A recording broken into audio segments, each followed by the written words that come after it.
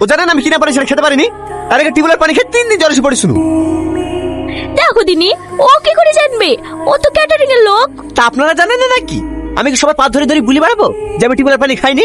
আমি এই বাড়ির জামাই, আমার একটা মান সম্মান নাই? যা আবার হয়ে গেছে বাপ, বলো আমাদেরই হয়েছে, এবার সবাইকে বলে দেবো। চলো বাপ চলো, চাটি খেয়ে লাও গা। মনে বলিস খাবো না, আমি এক কথার মানুষ, আমি এই বাড়ির জামাই, কারণ সেটা চাই চাই সবাই নিতে পারবো না। আমি আর পাচ্ছি নি, এমনিতে বিবারি কাজলি খেচা বাঁচাও, তার উপর জামাই অফিস।